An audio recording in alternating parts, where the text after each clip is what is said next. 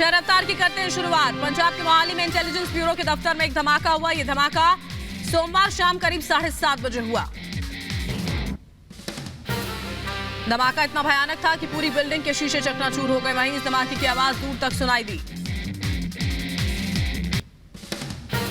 धमाके के बाद मौके पर पहुंचे एसएसपी आईजी ने शुरू की जांच। पंजाब में हाई अलर्ट भी जारी। पंजाब खुफिया कार्यालय की तीसरी मंजिल पर विस्फोट हुआ। बताया जा रहा है कि रॉकेट से चलने वाला ग्रेनेड इमारत की तीसरी मंजिल पर फेंका गया। धमाके में किसी के हताहत होने की खबर नहीं। धमाके के बाद बिल्डिंग के शीशे टूटे। इस घटना के बाद मौके पर एनआईए की टीम भेजी गई है। आशंका जताई जा रही है कि हमला आरपीजी से हुआ। तस्वीर में टूटे हुए ग्रेनेड की तस्वीर देखी जा सकती है, लेकिन पंजाब पुलिस ने इसे आतंकी घटना के तौर पर इसकी पुष्टि नहीं की है। इंटेलिजेंस के अधिकारी और जांच टीम सीसीटीवी फुटेज और मोबाइल फोन टावर्स की जांच कर रहे हैं। पंजाब में पिछले कुछ महीनों में ड्रोन ड्रॉपिंग के मामले बढ़े हैं। पंजाब पुलिस का कहना है कि एक छोटा धमाका था। एसपी के मुताबिक ब्लास्ट बाहर से हुआ। मौके पर फॉरेंसिक टीम भी पहुंची है। इस घटना में किसी के घायल होने की खबर नहीं। पुलिस ने इलाके की घेराबंदी की। सीएम भगवंत मान ने भी मोहाली धमाके पर रिपोर्ट तलब की। मुख्यमंत्री भगवंत मान लगातार अधिकारियों से पल-पल की रिपोर्ट ले रहे हैं। दिल्ली में अतिक्रमण विरोधी अभियान जारी रहेगा। न्यू फ्रेंड्स कॉलोनी में आज सुबह 11 बजे से अवैध अतिक्रमण हटाया जाएगा। एक दिन पहले एसडीएमसी के अधिकारी बुलडोजर के साथ शाहीन बाग पहुंचे थे, जहां स्थानीय लोगों ने जमकर किया था विरोध। शाहीन बाग इलाके में 2 घंटों तक चले हंगामे और नारेबाजी के बाद बुलडोजर लौटा। पूरे समय नारेबाजी चलती रही। सुप्रीम कोर्ट ने शाहीन बाग में अतिक्रमण विरोधी अभियान के खिलाफ सीपीएम की याचिका पर सुनवाई से इनकार किया। सुप्रीम कोर्ट ने कहा कि इस मामले में राजनीतिक दल हस्तक्षेप नहीं कर सकते। ज्ञानवापी सर्वे विवाद पर आज फिर सुनवाई होगी। सर्वे की अगली तारीख का हो सकता है ऐलान। दिल्ली में लोकसभा स्पीकर ओम बिरला से मिले राणा दंपति। पीएम मोदी और गृह मंत्री शाह से मांगा समय।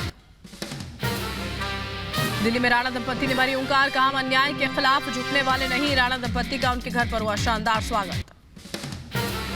शिवसेना के आरोप के खिलाफ बोली नवनीत राणा। कोर्ट के आदेशों का नहीं किया उल्लंघन। मैंने हर आदेश को माना। दिल्ली को बताया अपना दूसरा घर। असम में बोले गृहमंत्री अमित शाह, अगली बार होगी ई जनगणना। ई जनगणना से अगले 25 साल की नीति तय होगी। पीएम मोदी के निर्देश पर राजद्रोह कानून पर पुनर्विचार। केंद्र सरकार ने सुप्रीम कोर्ट में दाखिल किया हलफनामा। कहा, फिलहाल राजद्रोह के मामले पर सुनवाई न करें अदालत। दिल्ली में कांग्रेस कार्य समिति की बैठक। सोनिया गांधी ने कहा, पार्टी ने हमेशा हम सबका भला किया। इस कर्ज को चुकाने का वक्त आ गया है। पटियाला हिंसा मामले में हरीश सिंगला को बड़ा झटका। कोर्ट ने हरीश सिंगला को 16 मई तक न्यायिक हिरासत में भेजा। पंजाब पुलिस के खिलाफ तेजिंदर सिंह बग्गा ने दर्ज की शिकायत। अल्पसंख्यक आयोग को बग्गा ने लिखी चिट्ठी। सियासत की पिच पर उतरेंगे सौरव गांगुली की पत्नी डोना। राज्यसभा जा सकती हैं डोना गांगुली। हाल ही में गृह मंत्री शाह ने सौरव और डोना से की थी मुलाकात। पंजाब सीएम भगवंत मान से कांग्रेस नेता नवजोत सिंह सिद्धू ने मुलाकात की। दोनों के बीच अर्थव्यवस्था को लेकर हुई बात।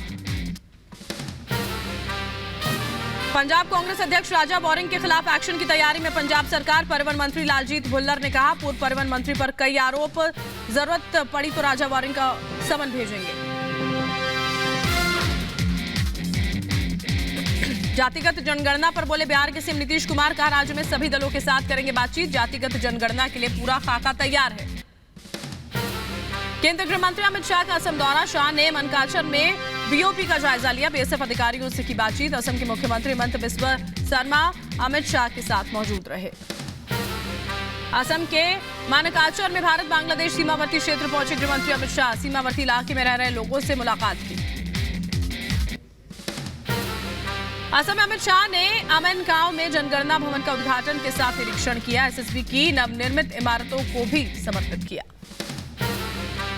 जम्मू कश्मीर के रियासी में पाकिस्तानी गुब्बारा मिलने से हड़कंप मचा। सेना ने पुलिस को ये गुब्बारा सौंपा। मामले की जांच कर रही है पुलिस। मुंबई में अंडरवर्ल्ड डॉन दाऊद इब्राहिम के 24 ठिकानों पर एनआईए का छापा। छापेमारी में एनआईए को मौके से हथियार प्रॉपर्टी के पेपर्स मिले। मुंबई में भाईखला, बोरीवली, भिंडी बाजार, मलाड और नागपाड़ा में भी एनआईए की छापेमारी जारी। दाऊद के करीबियों पर एनआईए ने कसा शिकंजा।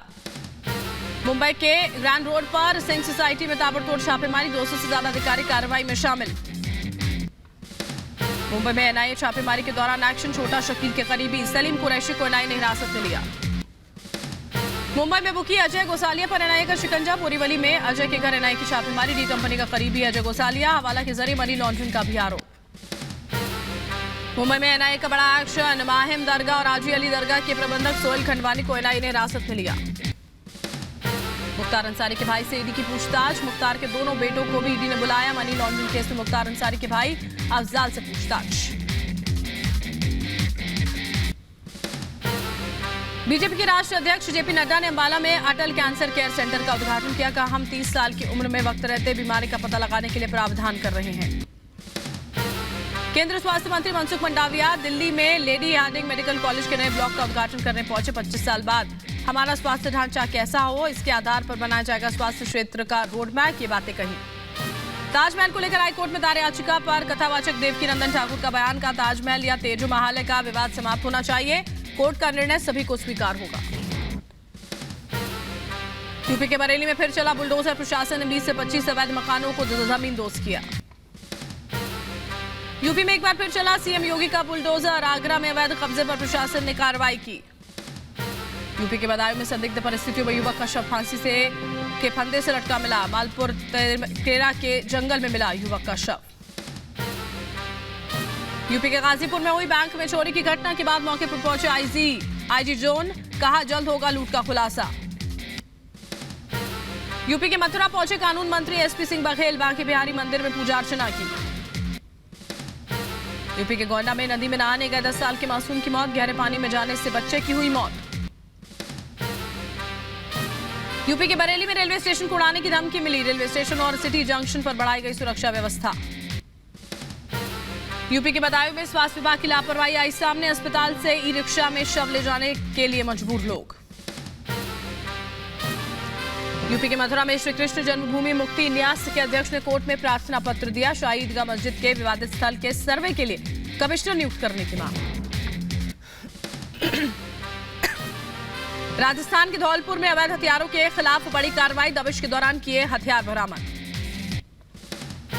मध्य प्रदेश के खरगोन में एक युवक की हत्या के आरोप में 2 महिलाओं समेत 5 गिरफ्तार। मध्य प्रदेश के ग्वालियर में 4 दिन पहले हुए मासूम की हत्या में पुलिस का खुलासा। पुलिस ट्रेनिंग स्कूल में पदस्थ हवलदार हिरासत में। यूपी के अंबेडकर नगर में चोर गैंग का पर्दाफाश। चोरी की 11 गाड़ियों को पुलिस ने रिकवर किया। कर्नाटक के कलबुर्गी में हनुमान चालीसा का पाठ। दक्षिणमुखी हनुमान मंदिर में रामसेना के कार्यकर्ताओं ने किया पाठ। कानपुर जिला प्रशासन ने गैंगस्टर विकास दुबे की 67 करोड़ की संपत्ति को सीज किया। गैंगस्टर की मां, पत्नी, बेटे और भाइयों के नाम भी 23 संपत्तियां जब्त। आईएएस पूजा सिंघल से पूछताछ करेगी ईडी। कल सुबह 10:30 बजे हो सकती है ये पूछताछ हो सकती है। सीए सुमन कुमार के परिवार के लोगों से भी हुई पूछताछ। झारखंड के रांची में सचिव पूजा सिंघल और उनके पति अभिषेक झा पर ईडी की कार्रवाई। लगातार पूछताछ कर रही है ईडी। नोएडा की सीईओ ऋतु माहेश्वरी को सुप्रीम कोर्ट से नहीं मिली राहत। इलाहाबाद हाईकोर्ट ने गैर जमानती वारंट जारी किया था। तेलंगाना में कांग्रेस कार्यकर्ताओं को केंद्र सरकार के खिलाफ प्रदर्शन। घरेलू गैस सिलेंडर की बड़ी कीमत का महिला कार्यकर्ताओं ने किया विरोध। बलिया में बाढ़ प्रभावित क्षेत्रों का कैबिनेट मंत्री संजय निषाद ने निरीक्षण किया। लोगों से बरसात के मौसम में होने वाली समस्याओं के बारे में ली जानकारी। झारखंड के रांची एयरपोर्ट में इंडिगो एयरलाइंस ने दिव्यांग बच्चे को यात्रा करने से रोका। सोशल मीडिया में वायरल हुआ वीडियो। उत्तर प्रदेश के मुरादाबाद में रेलवे स्टेशन पर सघन चेकिंग अभियान। बम धमाके की धमकी के बाद रेलवे स्टेशन में भारी पुलिस बल तैनात। भारत में कोरोना के 3,207 नए मामले सामने आए। देश में इस वक्त कोरोना के 20,000 से ज्यादा एक्टिव केस। मुंबई के बांद्रा की हाई राइज बिल्डिंग में आग लगी। 14वीं मंजिल आग की लपटों में घिरी। फिलहाल आग लगने के कारणों का नहीं चला पता। यूपी के गाजियाबाद में आग की लपटों का कहर। कोड़ा थाना क्षेत्र के स्क्रैप यार्ड में लगी भीषण आग। यूपी के मुजफ्फरनगर में आग का तांडव। पुराने एसी और फ्रिज के गोदाम में भीषण आग लगी। लाखों का सामान जलकर खाक हुआ। उत्तर प्रदेश के सीतापुर में 2 पक्षों के बीच जमकर हुई मारपीट। घटना में करीब 10 लोग जख्मी। मामले की जांच कर रही है पुलिस। मध्य प्रदेश के धार में मामूली विवाद में जमकर पत्थरबाजी। शादी समारोह में घरातियों और बारातियों ने एक दूसरे को जमकर पीटा। उत्तर प्रदेश के संभल में सड़क किनारे खड़ी महिला और बच्ची को डीसीएम ने कुचला। बच्ची की मौत पर बवाल हुआ। महिला की हालत गंभीर। मुंबई पुणे एक्सप्रेस हाईवे पर तेज रफ्तार टैंकर ने 3 लोगों की जान ले ली। 2 लोग बुरी तरह जख्मी। तेज रफ्तार टैंकर ने कार को जोरदार टक्कर मारी। मध्य प्रदेश के बैतूल में भीषण सड़क हादसा। पेट्रोल पंप के सामने पुलिसकर्मी को तेज रफ्तार बस ने कुचला। तेलंगाना के कामारेड्डी में दर्दनाक हादसा। निजाम सागर जोन में लॉरी से टकराई कार। हादसे में 9 लोगों की मौत, कई जख्मी। तेलंगाना के कामारेड्डी हादसे पर पीएम मोदी ने जताया दुख। पीएम रिलीफ फंड से मृतकों के परिजनों को 2-2 लाख और घायलों को 50,000 रुपए की आर्थिक सहायता देने का ऐलान।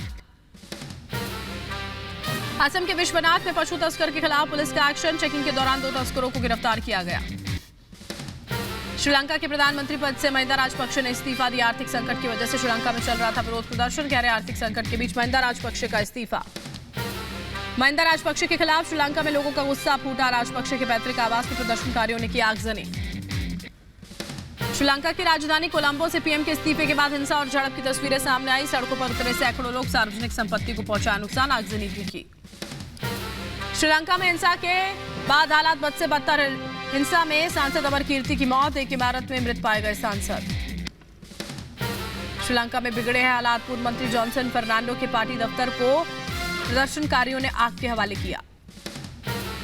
श्रीलंका में हिंसा से बेकाबू हुए हालात। मेयर के घर को लोगों ने आग के हवाले किया। पूरे देश में जगह जगह हो रहे हैं प्रदर्शन।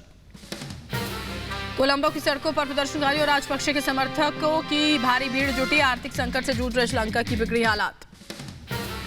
श्रीलंका में सेना के वाहनों पर उतरा राजपक्षे के समर्थकों का गुस्सा। प्रदर्शनकारियों ने घायलों को अस्पताल ले जा रहे सेना के वाहनों को रोका। श्रीलंका की सड़कों पर उतरे सरकार के समर्थक। विपक्ष नेता प्रेमदास और सांसद एरन विक्रमरत्ने की गाड़ी पर हमला।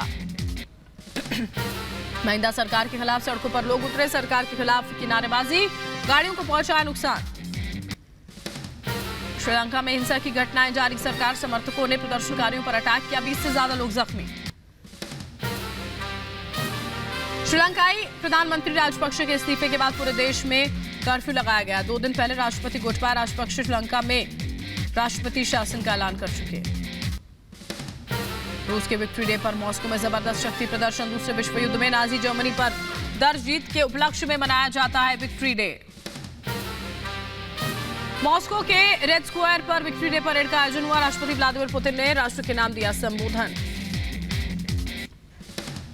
विक्ट्री डे परेड में बोले व्लादिमीर पुतिन, अपनी जमीन पर ही जंग लड़ रहा है रूस।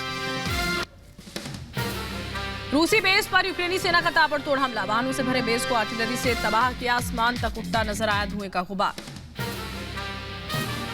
यूक्रेनी BM-27 ओरगन से रूसी सेना पर हमला। जोरदार हमले में रूसी सैन्य उपकरण निस्तनाबूद हुए। यूक्रेनी फौज पर DPR सैनिकों का हमला। मिसाइलों से नष्ट किए यूक्रेनी सैन्य उपकरण। लैंडमाइन से टकराया रूसी टैंक। भीषण टक्कर के बाद हुआ जोरदार धमाका। दूर दूर तक फैला धुआं।